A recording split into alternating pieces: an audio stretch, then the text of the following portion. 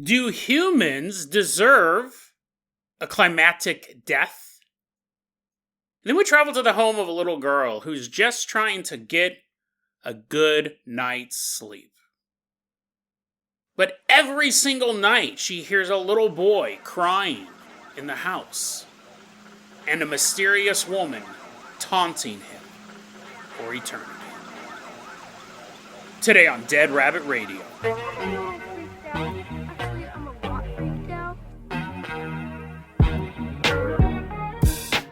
Hey everybody, welcome back to another episode of Dead Rabbit Radio. I'm your host, Jason Carpenter. I'm having a great day. I hope you guys are having a great day too. I hope you guys had an awesome weekend.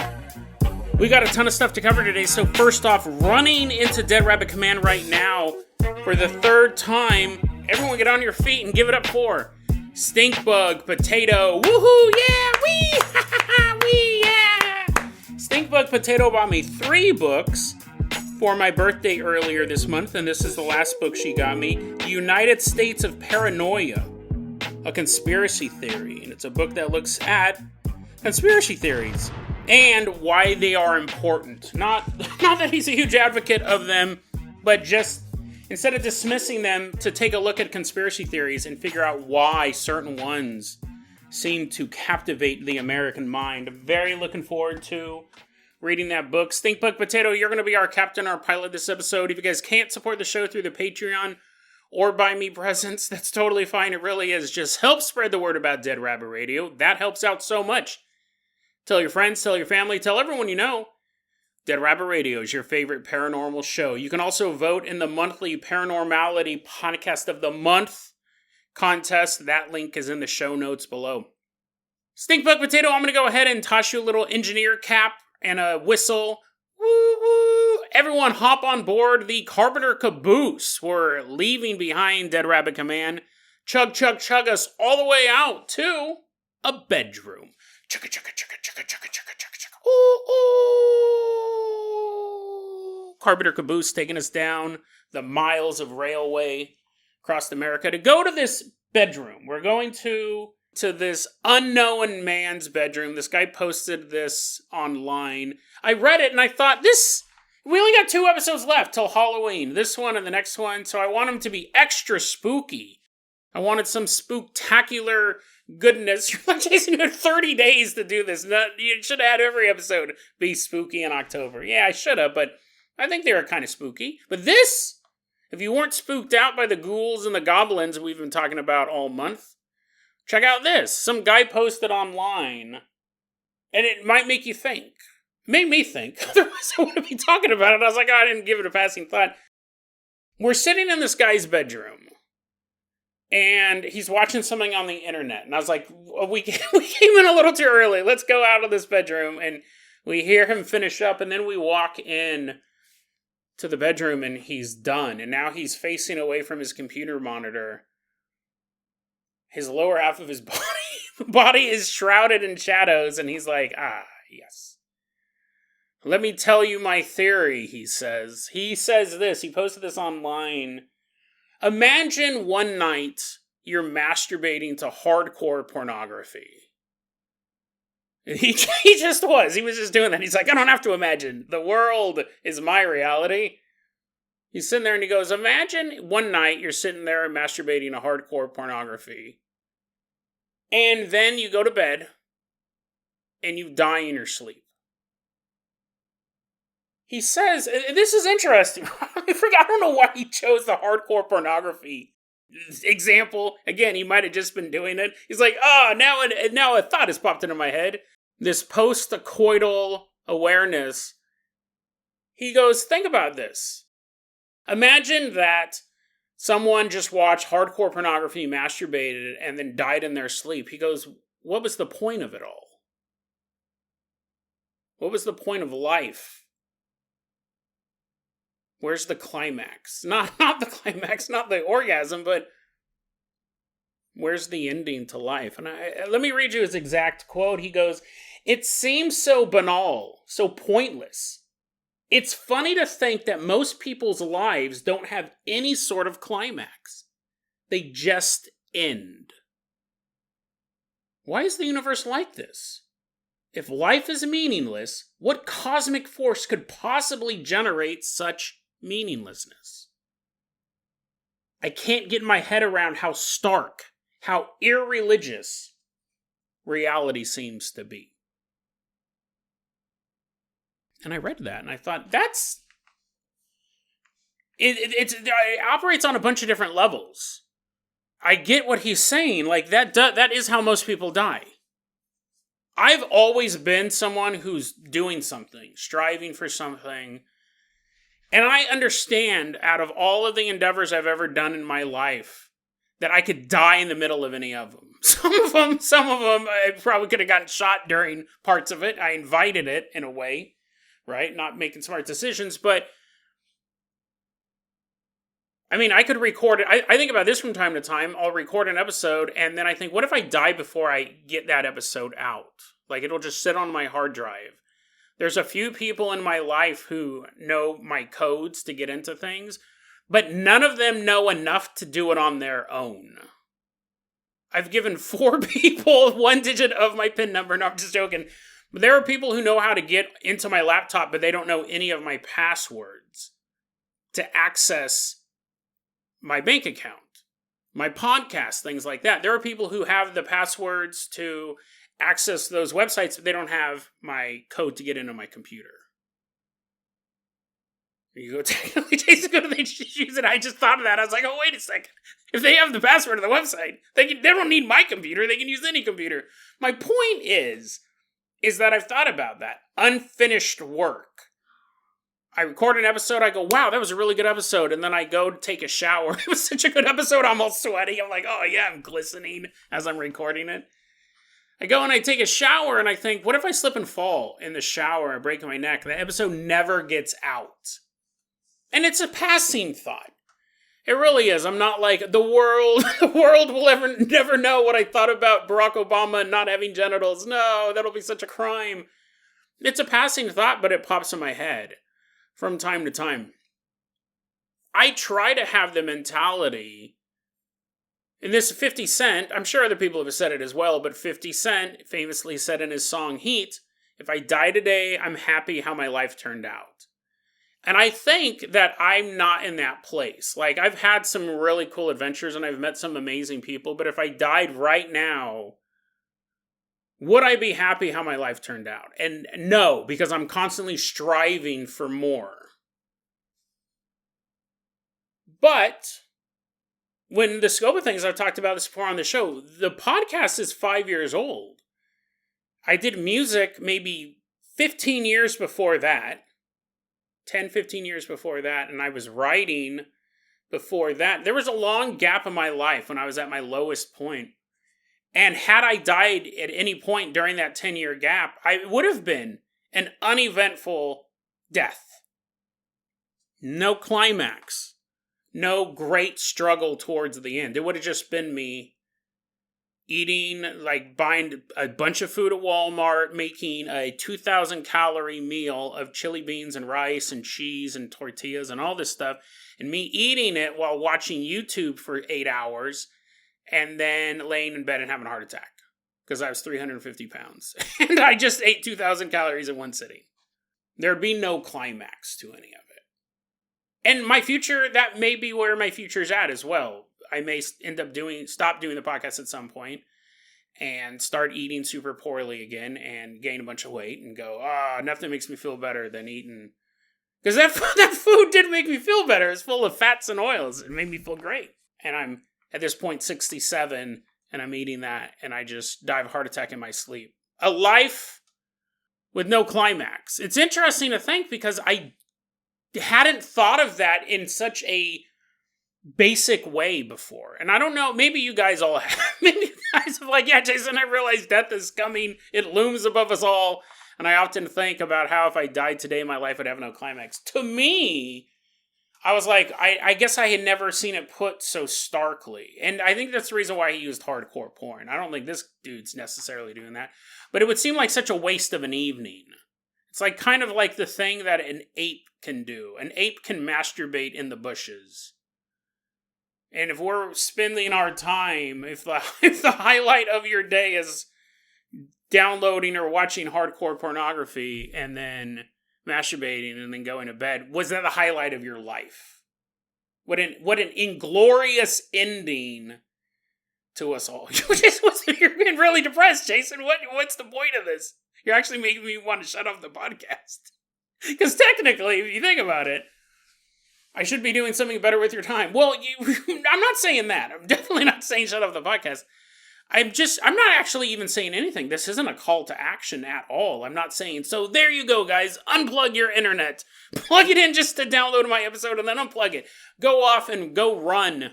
Enjoy this. I'm not saying any of that stuff. I think running's boring. I would be more bummed if all of a sudden an angel says you can choose one of two deaths. You can be watching YouTube for 8 hours and have a heart attack, or you could be running through a meadow. And I'm like, I don't even finish that one. Running, lame. Give me the YouTube heart attack. This isn't a call to action. If anything, it's just a spooky thought. Because he's right. He's totally right. Most humans, and myself included, right, will very likely die an anticlimactic death. I guess I always figured that I would be involved in some sort of shootout. Which, again, if you're listening to this podcast, jury, I'm not saying that I caused the shootout. It was clearly in self-defense. But you know what I mean? Like, I figured, like, I'd be trying to defuse a bomb or something cool. I figured I would hope that I would die in a very eventful way. If it wasn't, I was trying to defuse a bomb or drive a bus full of orphans through a fireball, which I did, jury, I did cause that, sorry. They weren't orphans before they got on the bus, but clearly my diabolical plans killed all of their parents, but now I'm trying to save them because I feel bad minutes later. And I drive this school bus through a fireball, and I die. I guess if the driver dies mid-fireball, the passengers don't stand much of a chance. But anyways, something cool. And then I figured if I wasn't going to die in a climatic way, if I wasn't involved in a shootout with space aliens, or due to my psychosis, humans who look like space aliens, Your Honor, something weird.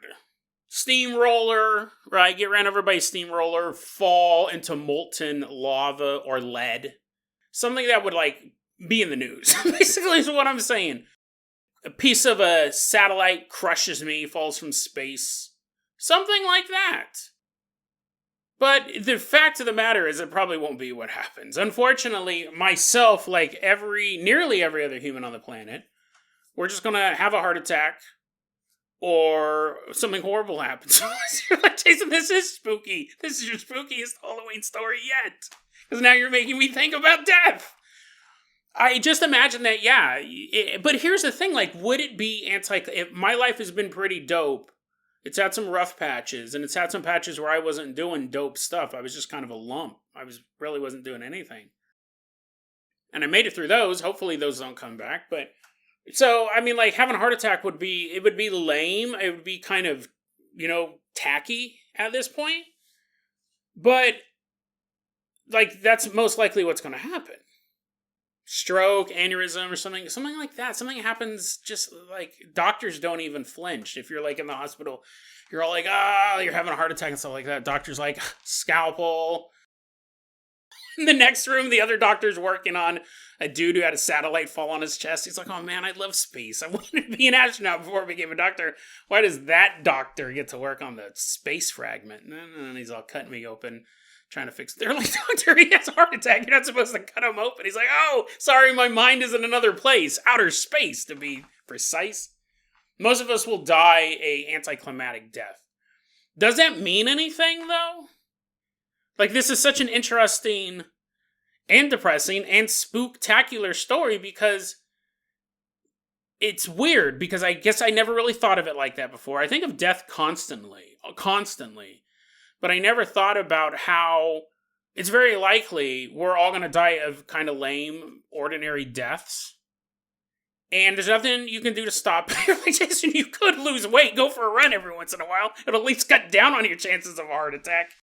You know what I mean? It's weird because he's right. He's totally right.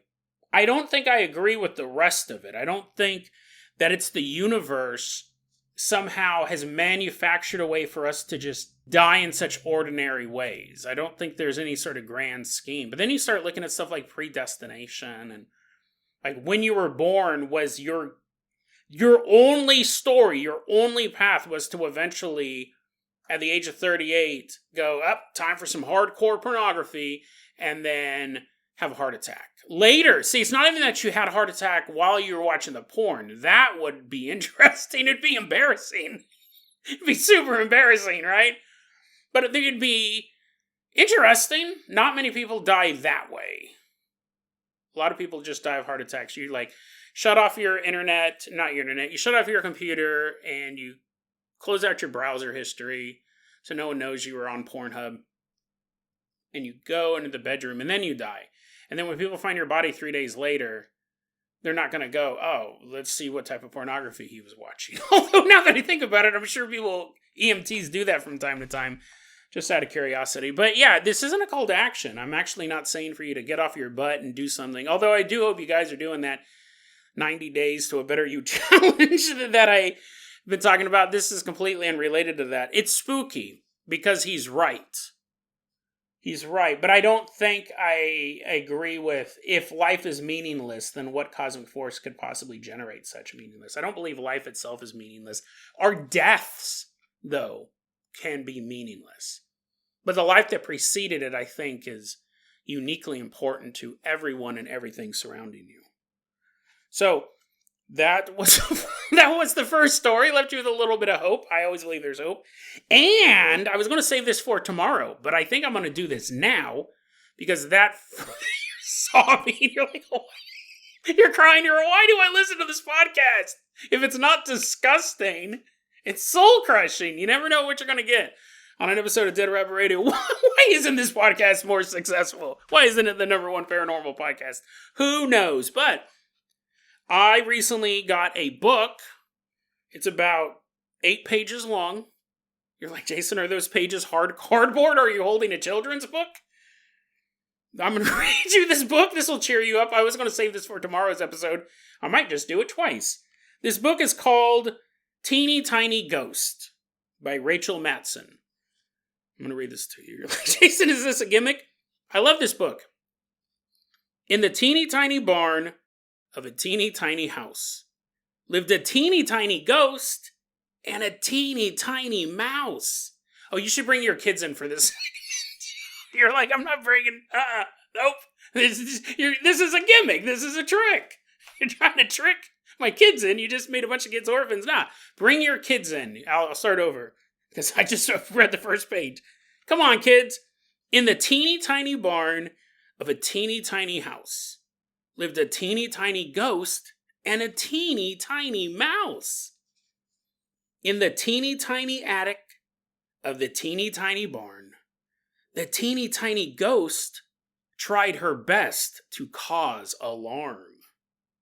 She's practicing her ghost face in the mirror. There's big pictures. This is a kid's book. If you hadn't clued on, this is not Beowulf. But with her teeny tiny voice and her teeny tiny squeak, the teeny tiny ghost had just a teeny tiny shriek. Aww. But the determined little ghost let her mighty courage through, and with a teeny tiny breath, she said a teeny tiny boo. The teeny tiny mouse gave a teeny tiny yelp and a teeny tiny jump with a teeny tiny whelp. The teeny tinies looked with a teeny tiny smile, gave a teeny tiny laugh that thundered out for miles. What? And now the teeny tinies play in the teeny tiny house. Just the teeny tiny ghost and her best friend, Mouse. What? Oh, isn't that adorable? I love this book. I'm just going to start reading it every episode for the rest of the run of the series. I will take away the entrance music, Atlantis Attacks, and it'll be me reading Teeny Tiny Ghost by Rachel Matson. Fantastic book, isn't it? Dead Rabbit Radio recommends Teeny Tiny Ghost. See, it's not a gimmick. Nothing gross in this book. Maybe I'll write a sequel, though.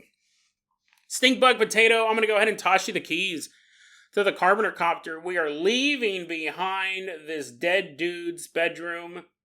Fly us all the way out to a house in the suburbs.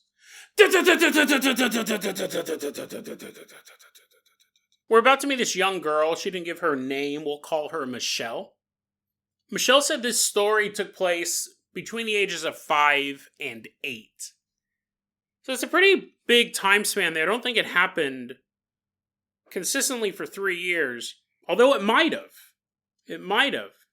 I also do think she just has a hard time remembering exactly when it happened. But Michelle said back when she was a little girl, she lived in a pretty crowded house. You had her mom, Michelle's mom, and then she had 2 brothers. And then Michelle's best friend also lived there with her boyfriend and their 3 kids.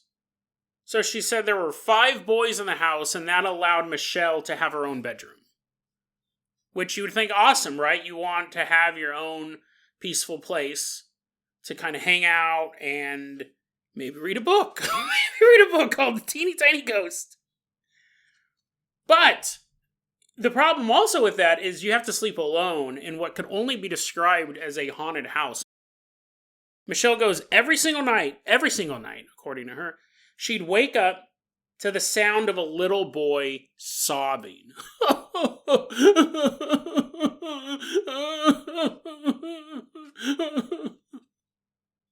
It'd wake her up. And this little play would go on. She goes, it was the same thing every single night. I'd wake up, I'd hear the little boy sobbing and going, no, no, no. Then Michelle would hear a woman's voice. Shh. The woman would say, shh. I'm almost done. No. No.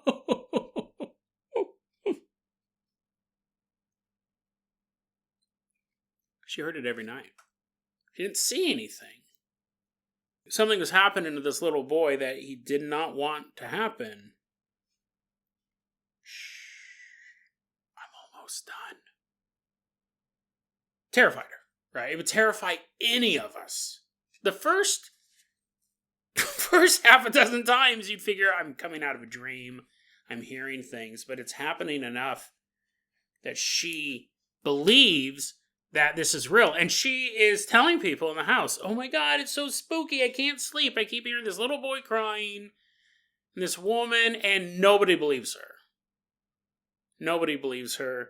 She's a little girl living in this house. Nobody believes her. Apparently, she at some point starts sleeping with her mom. Because why wouldn't you, right? It's nice to have your own bedroom during the day. You can go play with your horses. But at night, the haunting cries of a boy, yeah, you can do without that. So she starts sleeping in her mom's room, but I don't think it's every single night. I think it's like off and on, off and on. At one point, though, her mom wakes up in the middle of the night to go to the bathroom, and Michelle, although she doesn't have to go to the bathroom, walks down the hallway with her mom. Because she doesn't want to be alone. She knows exactly what she's going to hear if she's alone. So she goes, we walk down the hallway. My mom goes to the bathroom. She comes out. We're walking back to my mom's room. And off in the hallway, like one of the rooms attached to the hallway, she goes, it wasn't a bedroom. It was just like a room. We were walking by it, and I turn and I look into that room, and I see, for the first time, the boy. She goes, it was just the black silhouette of a young boy standing in that room, staring at me.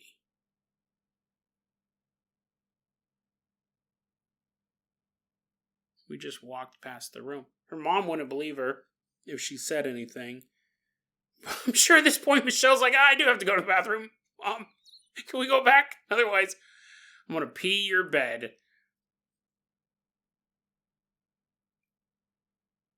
The next morning, everyone wakes up. They're walking around, stretching out. Breakfast is cooking in the kitchen. Michelle did not sleep at all. Michelle did not sleep at all that night. That was the first time she'd actually seen this child. She goes, I was just laying in bed, wide awake. I didn't sleep at all. Eventually the morning came, and I just kept laying in bed. And I'm laying in bed, and I'm looking out, and I see the boy.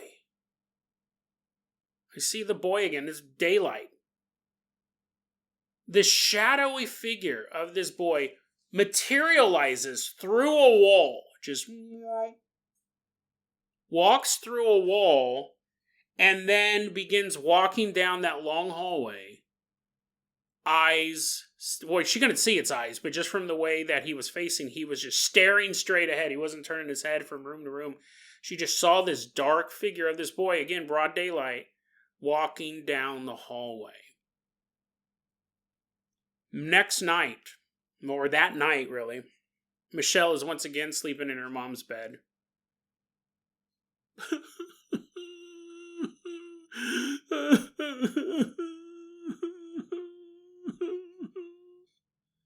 She hears the little boy sobbing.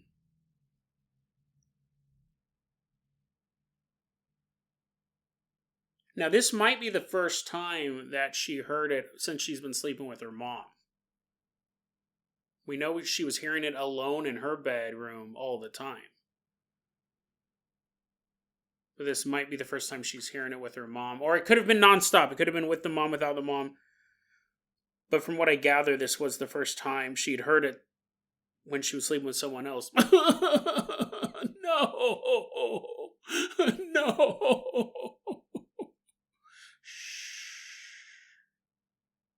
I'm almost done. And this has woken Michelle like it always does, and she's laying in bed, her mom's bed, with her eyes wide open. Hears the sound like she always does. And then Michelle hears something. And she goes, it was like whatever it was right next to my ear. Like I'm laying on my side. I'm wide awake at this point, and I hear something right in my ear. It was so loud. It was so close.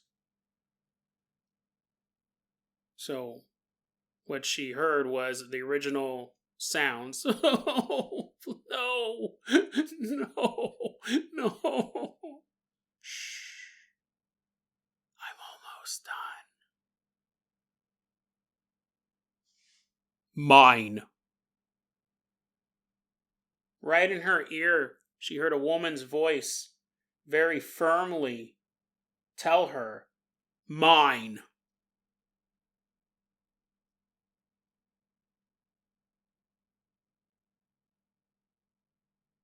Once again, she tells the family about this.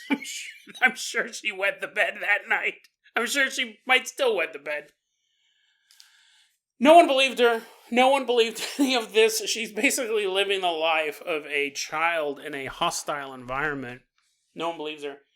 And then apparently, I don't know if it was a couple months later or a couple years later, family's like, yeah, you're just talking about stuff. And her mom's best friend's boyfriend was going, you know what? It's really weird, man. It's for a while I've been walking and hanging out around this house, living here. Every so often I'll hear something late at night. I'll see a shadow. And everyone's like, what? I totally believe him. They're like, oh my God, that's so spooky. He's like, yeah, man. I don't know. This place is kind of sketchy. It's kind of weird. I think it's haunted. And everyone's like, what? Crazy. And Michelle's like, I've been trying to tell you that for years. This place is terrifying. I've been telling you about the voices, the crying. And they're like, well, yeah, but you're a little girl, right? Nobody believed you. But this dude's like, oh, I think I saw a ghost once. Everyone believes that the house is haunted now. And that's the story of Michelle. It was posted online under the name OK Characters 6386. There's a couple different ways I can parse this out. And I don't know how depressing I want to get. But if I get too depressed, if I get too depressing, we got this book. I can read it again. First off, what I love about this story, I'll tell you what I love, and then I'll tell you what I hate about it. What I love about this story is it's a haunting that you'll think it's one thing. The first part of it, this is what we would call a recording haunting, or a psychic thumbprint type of haunting, where it's just an event playing out over and over again. You can't interact with it on any level. The same way if you're watching a movie on DVD, you can't be like, no, Phantom, leave Christine Daae alone. And he's like, what? Okay. And then he leaves. And then the rest of the movie is just like her eating grapes. You can't interact with it in any sort of way. That's how most hauntings are. You go to a house, you'll hear some creaking. Maybe you'll hear some moaning. That's that guy watching hardcore porn in the other room. You'll see these things, but you can't interact with them. That's really the most typical types of hauntings. The woman standing on the lighthouse waiting for her lover to come home from sea, but he died in a crash or a sink, whatever. Boat sink. I don't know what's going on with my brain. His boat sank. You can't interact with that. You can never go up there and talk to her in any sort of meaningful way.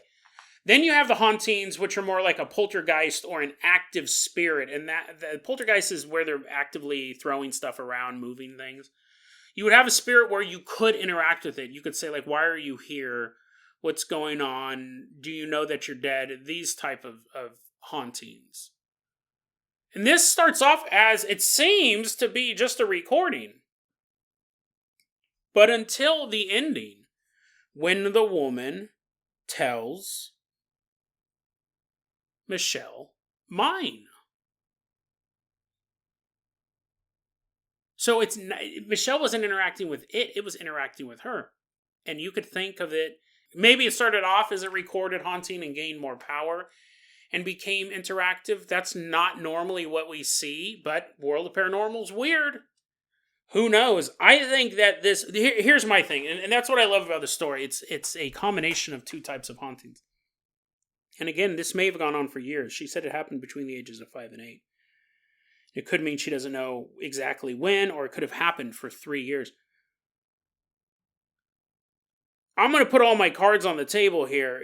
If you were walking, this is going to get gross real quick, but if you were walking and you heard a boy sobbing and saying, no, no, no, and then you heard somebody else say, shh, I'm almost done, and the kid's sobbing, not crying, not throwing a fit, not angry, but sobbing, your mind goes to dark places. I mean, I think most of us would pound on that door, right? And if we got in and we saw it was in a dark place, we'd be pounding on the adult as well. That's what I was like, was she molesting this kid? Was she molesting this kid? The kid's saying, like, wow, Jason, I thought maybe she was just hitting him with a spoon. I thought it was a mom punishing a kid, spanking him a little too hard. That did get dark. That got dark real quick. If this mom or this babysitter or whatever this event was, let's go with my horrific example, she's molesting this little boy. I mean, the psychic power that would be generated in such a despicable act would be off the charts. It would be pretty rough. Like I mean, obviously the what happened would be the worst part, but I'm talking on a paranormal level. It would soak the household in that type of energy. And you could have the idea of this event was so traumatic for the child that it was replaying itself. We don't even know. I mean, like, this kid could now be 80 years old. This kid could be moved on far from this house. We don't know how long ago this event possibly happened. It could have happened a couple of years before this family moved in. We don't know. But you have this psychically charged area, and this event is kind of playing out over and over and over again. Now, also the best friend's boyfriend, he didn't really go into specifics about hearing children crying or anything like that. He just said the place was sketchy. I find it really interesting that only Michelle was picking up on it. There's a chance that other people witnessed it and they didn't feel comfortable saying anything because they knew everyone else was making fun of Michelle when she said it. That's possible. But the theory is that she was attuned to this. Like the child was reaching out to the person he could relate to the most. Maybe she's the youngest. She's definitely the only girl in the house. Not saying anything bad happened to her, but he could see her as a outsider in the home, and he's trying to reach out to her, that psychic energy. Who knows? We don't know. But then we get to the ending where it almost does seem like this is just going to play out over and over again. But when you hear the voice say mine, to me, the whole scenario flipped. It's not the child's psychic energy trapped in that house. It's not his suffering that has locked into this place. No, it's the offender's enjoyment. It's the offender's perverse actions and emotions and all of this stuff that has soaked into the area. Her soul, has locked all this in. Now, again, we don't know if these participants are dead. Because it's so interactive at the ending, I would assume both the woman and the child have been deceased at this time, but we don't know. We don't know. But the fact that you could have this event playing over and over again, and when Michelle keeps observing it, she's seeing the boy at this point. She's observing it first by hearing it, and then she sees the boy. And now, again, if we don't have all the information, but if now she's actually hearing it when she's in a room with someone else, it's no longer targeting her when she's just alone.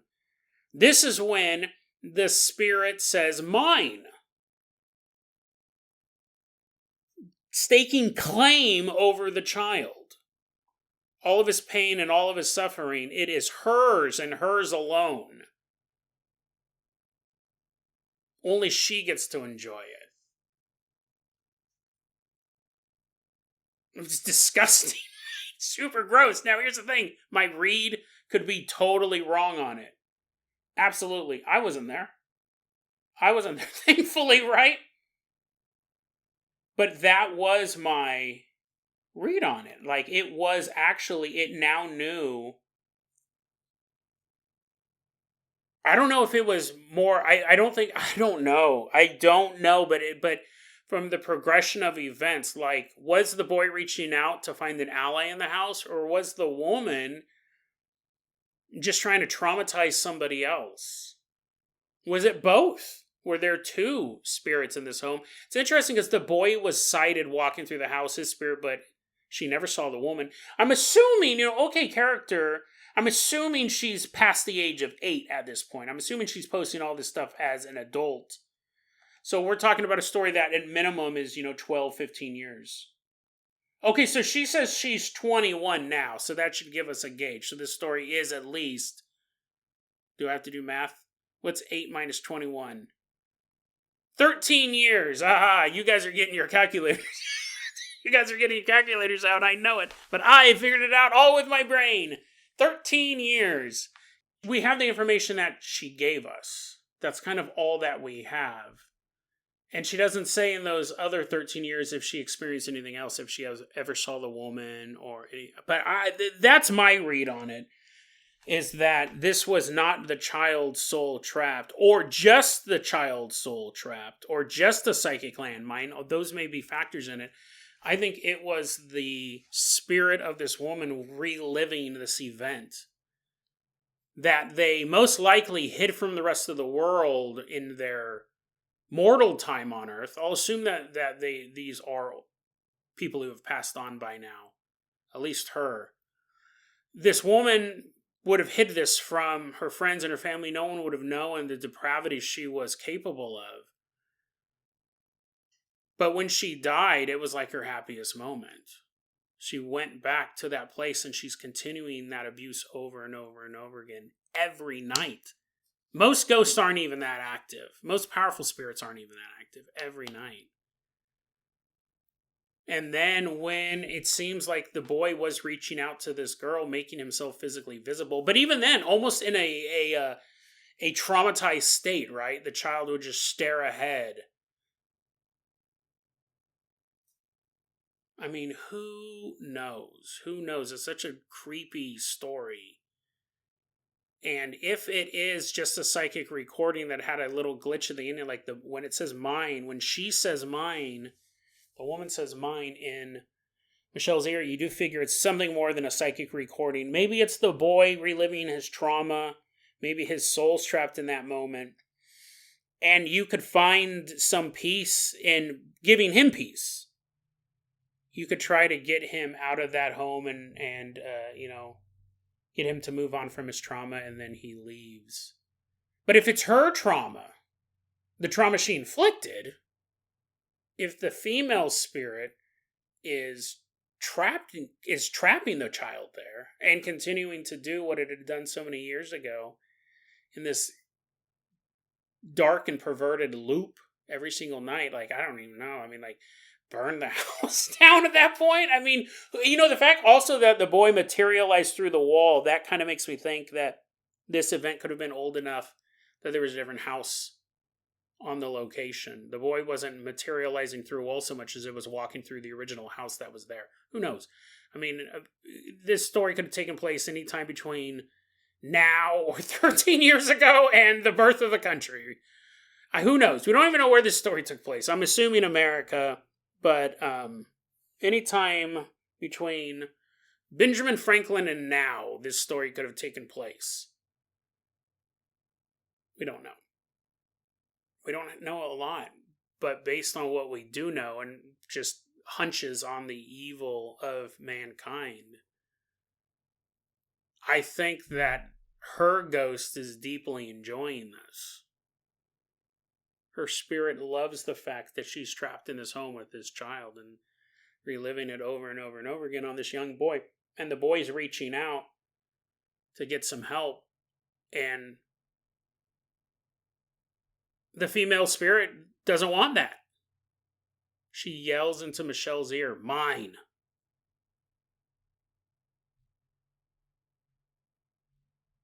And you wonder if that child's spirit has tried reaching out to other people who lived in that home in the past 13 years. Did most people just ignore it? I mean, obviously, this house had, 8 people in it? 9 people? Don't ask me to do math again. One math problem per episode.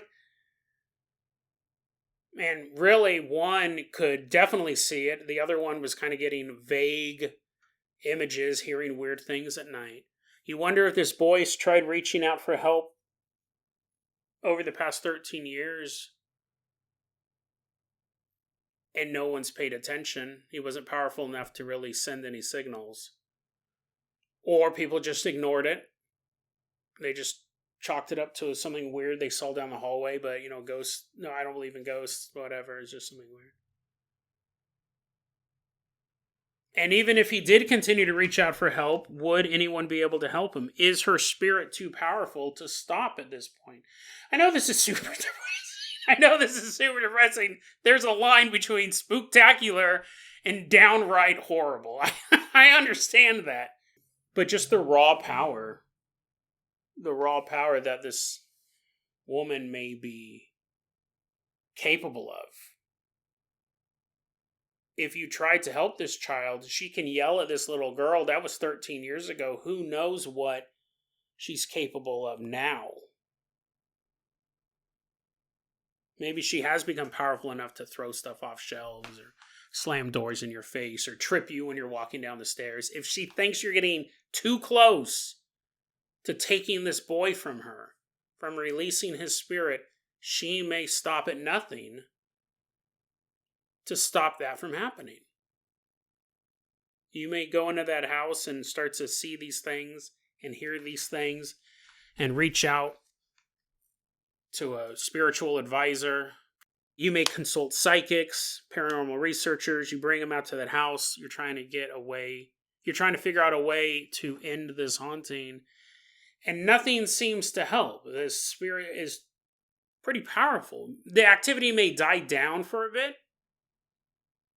but it's not because of anything anyone did. It just went into hiding and took the child with it. Out of sight, out of mind. But after a couple months, it comes back. She loves people. She loves doing this over and over and over again too much to take too much time off. You keep trying, though. You keep trying to stop it, and she keeps evading all of your efforts until eventually, one day, you do find yourself walking down the stairs. And you're holding on to the banister. You see there's nothing in front of you, but all of a sudden you feel a sharp shove from behind.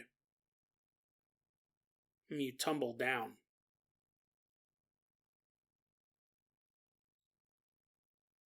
And when you hit the bottom of the stairs, you're a little knocked out, a little concussed. It's nothing instantly fatal. And that's when you feel a heavy pressure on your chest. Like something sucking the air right out of your lungs. Feels like something is reaching through your skin. You feel a cold grip on your heart. And as she slightly squeezes it, just enough to stop it, you realize that she's causing you to have a heart attack. You panic, you try to move, but she's just too strong. And as you begin to lose consciousness for the last time, you hear a voice scream in your ear. Mine.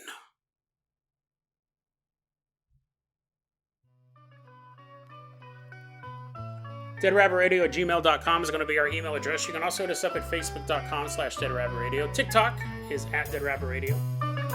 Dead Rabbit Radio is the daily paranormal conspiracy and true crime podcast. You don't have to listen to it every day, but I'm glad you listened to it today. Have a great one, guys.